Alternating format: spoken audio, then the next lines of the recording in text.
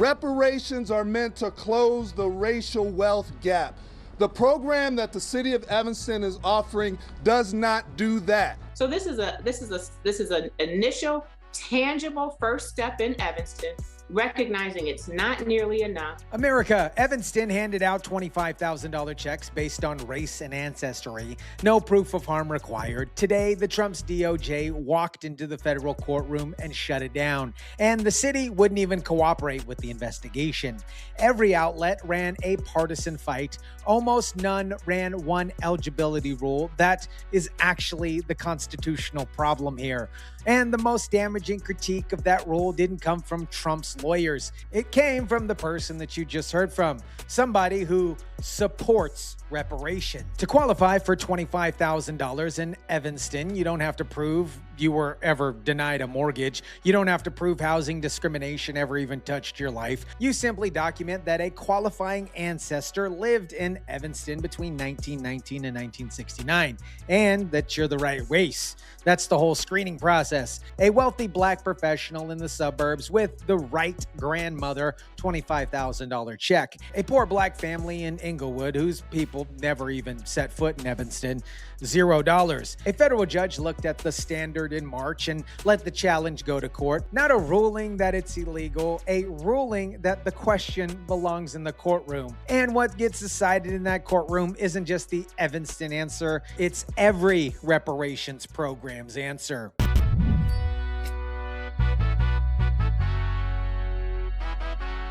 Race as a proxy for admissions or hiring is illegal.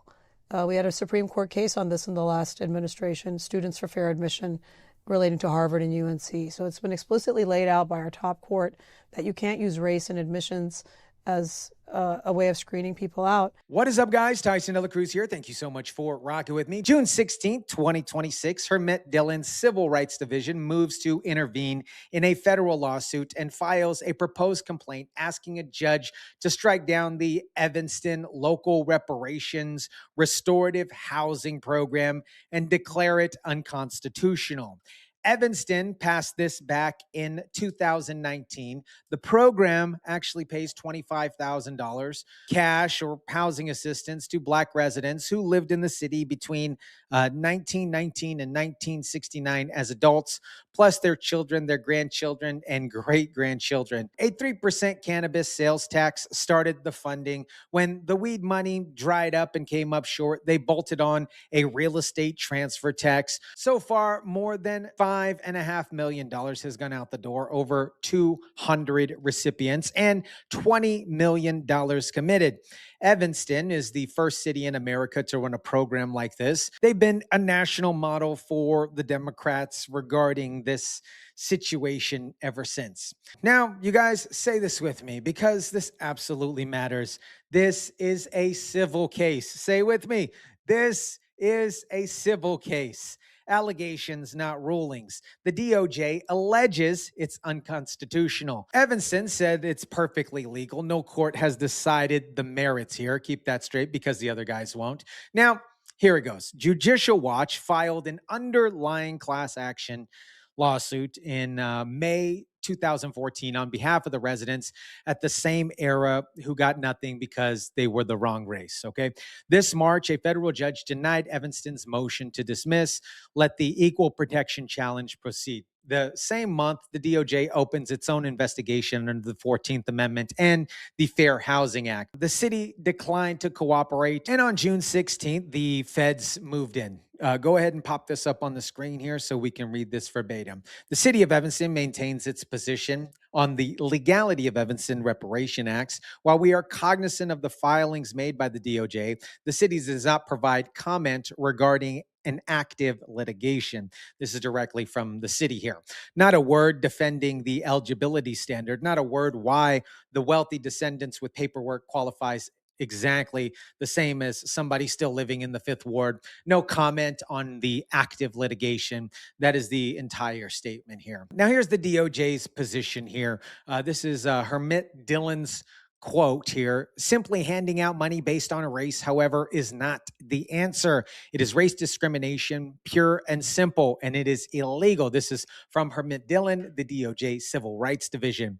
Race discrimination, pure and simple. That is the federal government's case in absolutely one sentence here. Now, you guys, the piece that every outlet left on the floor here, the redlining history, which I did a deep dive on in Evanston, is absolutely real. And I'm not going to insult you by pretending that this didn't happen or didn't magically happen here. Okay, let me give you guys a brief rundown on how this went down. In the 1930s, the federal government's own homeowners loan cooperation graded the Fifth Ward as quote unquote hazardous. Okay, the redlining that choked off mortgages and froze property values for decades. Restricted covenants ran through deeds in white neighborhoods.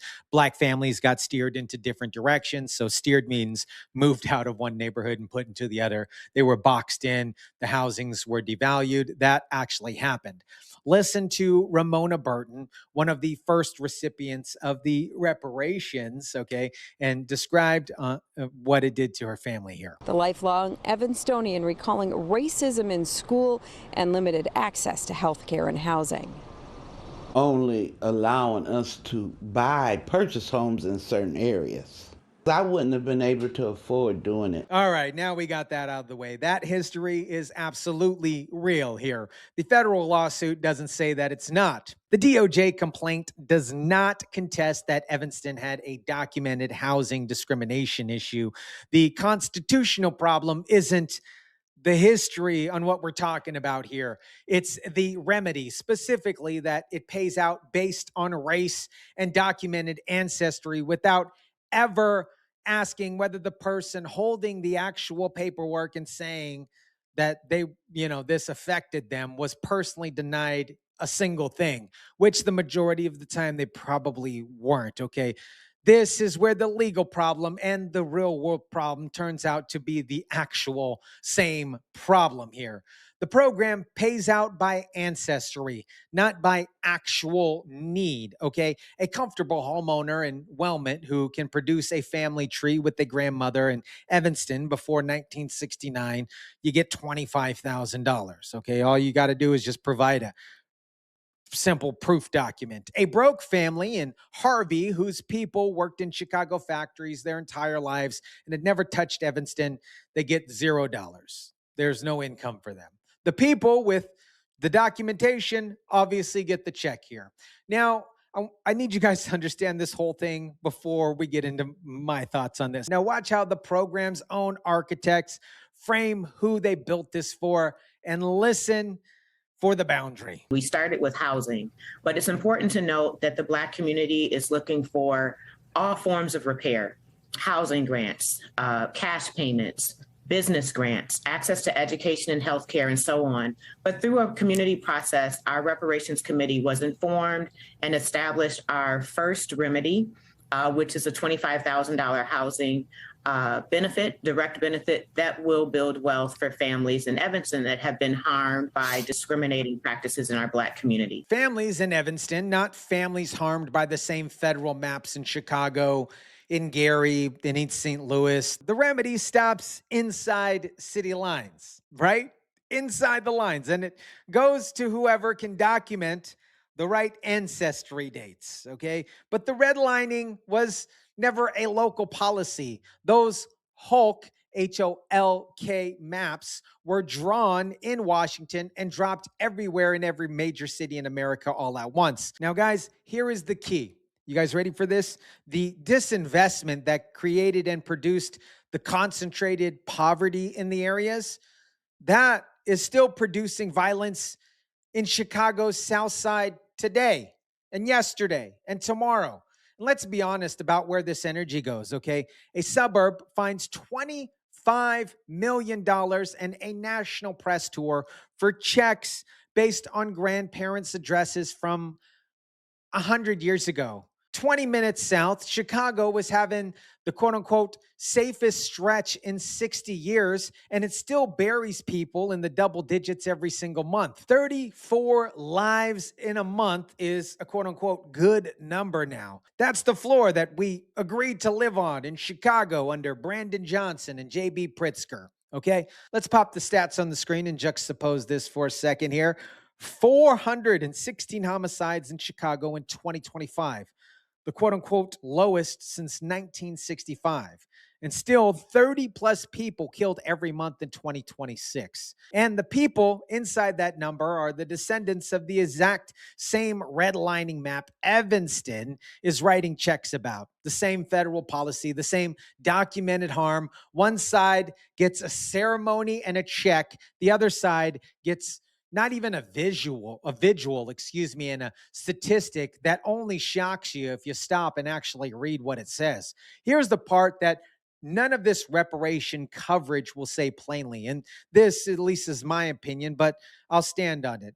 We've stopped being segregated by race generations ago. We're segregated actually by class now. And a program that pays by ancestry instead of need doesn't break down any wall. It hands $25,000 to whoever can provide the right paperwork and documentation and leaves the actual poverty, black, white, in Inglewood and everywhere else exactly the way that they found it. Follow the money and you find the priority here. The allocation tells you who exactly got served. Documented descendants, not most harmed. The people that can produce the paperwork. Now watch Dhillon frame the principle underneath all of it. Doing the opposite is not righting a wrong. It's simply perpetuating a wrong in a different form. So we have to get away from that. I mean, when you hear those striking words of Martin Luther King Jr. About his vision of a colorblind society, we don't have that. We have an extremely race-conscious society. A colorblind society, Dr. King's words, not a Republican slogan here. Dr. King doesn't mean a society that pretends nothing happened. It means a government that doesn't cut checks by race when people holding the proper documentation aren't necessarily the people still living in the harm, if that makes sense. The Supreme Court has moved that direction in every major equal protection case for over 30 years. Evanston program is now getting tested against that particular standard in federal court for the first time ever. America, this is the first time a federal court will rule on whether a city's reparation program built on race plus ancestry is constitutional. The last city that tried it, the first federal ruling, period.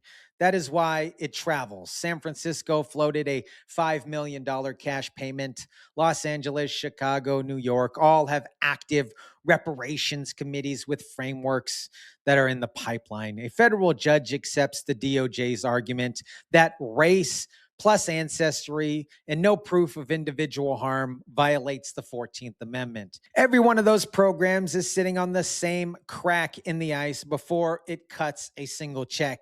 Evanston, actually, they know that situation, which is the only thing that makes the no comment earlier in this video, the decline of investigation, the no cooperation noteworthy. Now, a city is allowing to decline a voluntary investigation. That's not obviously an admission of anything. And I'm not going to pretend that it is, but here's the irony you're allowing to sit with in this situation.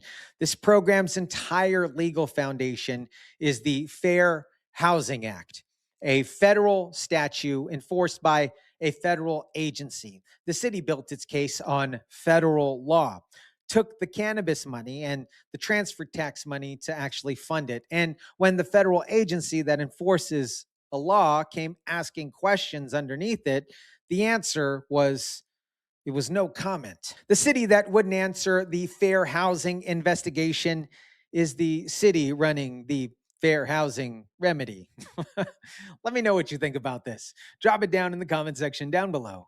Smash the like button if you kindly would. Share, subscribe, and as always, guys, I'll catch you on the next one.